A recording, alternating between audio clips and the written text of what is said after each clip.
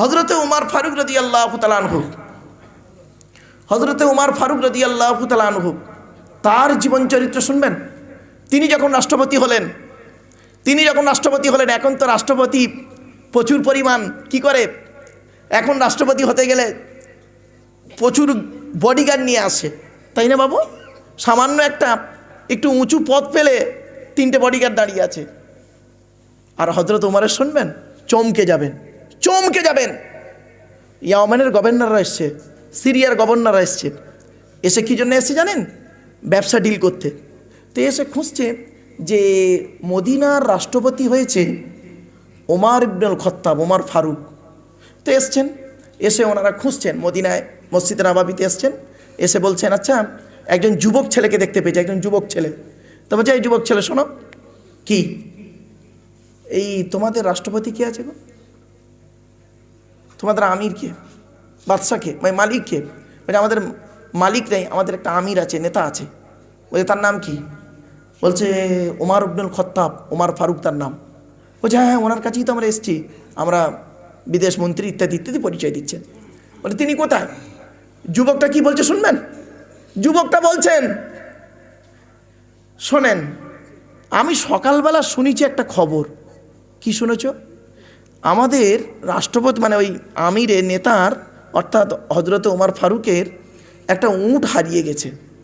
উনি উট খুঁজছেন, ওনার উটটা হারিয়ে গেছে, উনি খুঁজছেন। কোথায় আছে বলতে পারবো না, তবে খুঁজতে পারেন আপনারা। আল্লাহ তাআলা, রাষ্ট্রপতি লোক, তার নাকি উট হারিয়ে গেছে, সে নিজে খুঁজতে বেরিয়েছে। কি আশ্চর্য জিনিস বলুন দেরি। তো যাই হোক, চলো খুঁজে খুঁজে দেখছে একটা বিশাল মাঠ। শোনে নিন, বাড়ি থেকে ভাববেন, বিশাল মাঠ, একটা গাছ দেখতে পাচ্ছে, গাছের ওখানে একটা উট বাঁধা আছে, আর দূর থেকে দেখছেন কোনো এক ব্যক্তি বালির ওপরে শুয়ে আছেন। তাই এসছে, ওরা দেখে যাক যদি ওই লোকটা হয় কিছু। কাছাকাছি এসছে, আসার পরে দেখছে একজন বেশ হৃষ্টপুষ্ট লম্বা চওড়া লোক শুয়ে আছেন। তোলা হলো, সঙ্গে মানে এমন ঘুমিয়ে পড়েছে, গা থেকে ঘাম ঝরে বালিতে পড়ে বালিটা ভিজে গেছে। তো উঠেছেন, উঠে তাড়াতাড়ি ঝেড়ে বলুন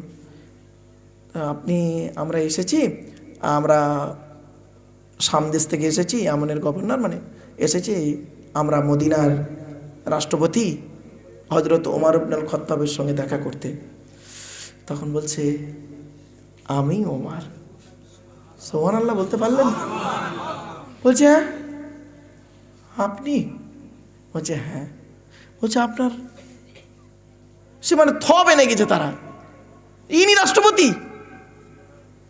বলছে দেখুন, কিছু মনে করবেন না, মদিনার বাজারে অনেক মানুষ ঠিকমতো খেতে পায় না, পোশাকটাও পায় না, আল্লাহ তো আমার তবে একটু পরনের পোশাকটুকু দিয়েছে, তো ভালো। কিছুক্ষণ পরে বলছে ওদের মন্ত্রী একজন বলছে আপনার বডিগার্ড নেই, দেহরক্ষী নেই? বলছে না, তেমন রাখিনি। ওদের মধ্যে একজন ইহুদিদের বড় আলেম ছিল, তাওরাতের বড় আলেম, তিনি বলছেন বুঝতে পেরেছি হে ওমর, তোমার বডিগার্ড লাগবে না, কারণ তুমি জনগণের হক মেরে খাওনি, জনগণের হকটাকে তুমি আদায় করে দিয়েছো, সেজন্য আল্লাহর দায়িত্ব তুমি পালন করে দিয়েছো, আল্লাহ যেটা বলেছে। অতএব তোমার কোনো বডিগার্ডের দরকার নাই, তোমার বডিগার্ড হলো স্বয়ং আল্লাহ এবং তার ফেরেশতা। তোমার বডিগার্ড স্বয়ং আল্লাহ এবং তার ফেরেশতারা, তোমার বডিগার্ড লাগবে না, তুমি তো জনগণের হক মারুনি, বডিগার্ড তো তারাই নেয়। কিছু বুঝতে পারছেন? সেই ওমর একটা মেয়ে ছেলে, অসুবিধা হচ্ছে আপনাদের? একটা মেয়ে ছেলে, আজ রফিকুল ভাই বললো একটু আলোচনা করতে, আমি এই ঘটনা কাহিনী একটু কম বলি, কোরআনের আয়াত একটু বেশি বলি, তবে এই বাস্তবের সঙ্গে মিল দেখুন, আরও অনেক আসছে, কোরআনের আয়াত আসছে, এরপরই চমকে যাবেন। দেখেন তো, একটা মেয়ে ছেলে, বুড়ি মেয়ে ছেলে, তার বউমা আছে, ছেলের বিয়ে হয়ে গেছে, ছেলেটা ইরাকে গেছে কাজ করতে, বউ রেখে বাড়িতে, মায়ের কাছে বউ রেখে ইরাকে কাজ করতে গেছে। তার বাড়িতে থাকে বৌমা আর শাশুড়ি, দুজনে থাকে। এলাকার কয়েকজন যুবক ছেলে প্রতিদিন রাতের বেলা আসে আর জানালা থেকে ওই বৌমাটাকে উদ্যক্ত করে, মানে করে মবলিচিং যাকে বলে। তো তখন মেয়েটি করেছে কি, ওই বৃদ্ধা মহিলাটি বৌমাকে নিয়ে হজরত উমারের দরবারে গেছে, গিয়ে বলছে, আমিরুল মুমিনিন, আমি খুব পেরেশানিতে আছি। বলছে, কী পেরেশানি? তা বলছে, পেরেশানি হচ্ছে এটাই, কয়েকজন যুবক ছেলে আমার এই জানালা থেকে, আমি আর আমার বৌমা থাকি তো, বলে ছেলে থাকে না, ছেলে কাজে গেছে আর খুব সমস্যা করে, একদিন বলে, দুদিন বলে কাল আসবে। বলছে আমিরুল মুমিনিন আজও আবার এসছিল। বলছে আচ্ছা কাল আসবে, দুদিন হয়ে গেছে, 3 দিনের মাথায় হজরত ওমর ফারুক রাদিয়াল্লাহু তাআলা আনহু বলছেন, আজকের তোমার বৌমাকে বলবে দরজাটা খুলে রাখতে। আচ্ছা ভাই আপনারা বলুন তো দেখি, প্রতিদিন দরজা বন্ধ থাকে, জানালা দিয়ে ওরা সমস্যা করে, আর আজকের বলছে দরজা খুলে রাখতে, তাহলে বিপদের শেষ নেই? স্বাভাবিক? তা সমস্যায় পড়ে বলছি, টেনশন হচ্ছে না, দরজাটা খুলে রাখবে, যাও। উনি করলেন কি, খোলা তরোয়াল নিয়ে, ঠিক দরজা খোলা আছে, দুটো ছেলে যেই ঢুকেছে একদম সঙ্গে সঙ্গে এসে গেটের কাছে হাজির।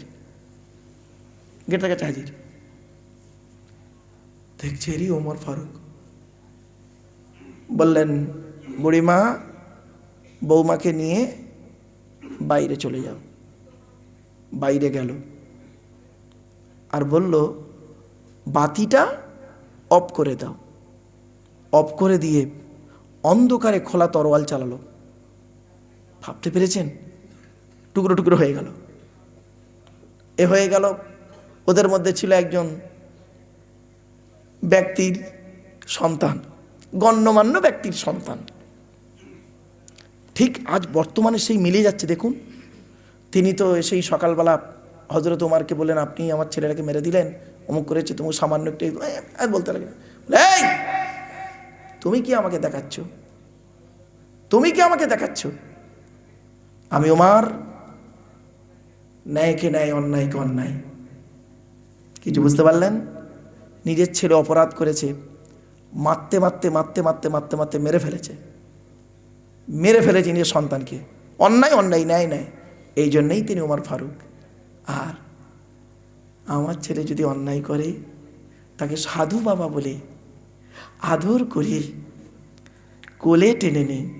আর পরের ছেলে অন্যায় করলে তারে আমরা উল্টে তাকে কেস দিয়ে, দোষীকে শাস্তি না দিয়ে নির্দোষকে জেলে ঢোকাই। ঠিক না বেঠিক? কি ভাবছেন? হযরত ওমর রাদিয়াল্লাহু তাআলা আনহুর কথায় আল্লাহ কোরআনের আয়াত নাজিল করেছে। জোরে বলুন সুবহানাল্লাহ। শুনবেন কটা আয়াত শুনে নিন। আল্লাহ, হযরত ওমর বলেছেন, আল্লাহ আয়াত নাজিল করেছেন একদম সঙ্গে সঙ্গে। শুনে নিন। অসুবিধা হচ্ছে না তো বাবা? চলেন ভালো করে শুনে নিন। এইসব ওয়াজ না সন্ধ্যে রাতে করলে ব্রেনটা খুলবে, আর ঘুমন্ত অবস্থায় তো অসুবিধা হয়। এই জন্য আলোচনা করতে গেলে একটু কোরআনের আলোচনা, দীর্ঘ আলোচনা, বিস্তারিত আলোচনা শুনতে ভালো লাগবে। চলুন এক মিনিট বাপেরা। হযরতে উমর রাদিয়াল্লাহু তাআলা আনহু, আচ্ছা শোনেন তো, আচ্ছা মদ খাওয়া হালাল না হারাম?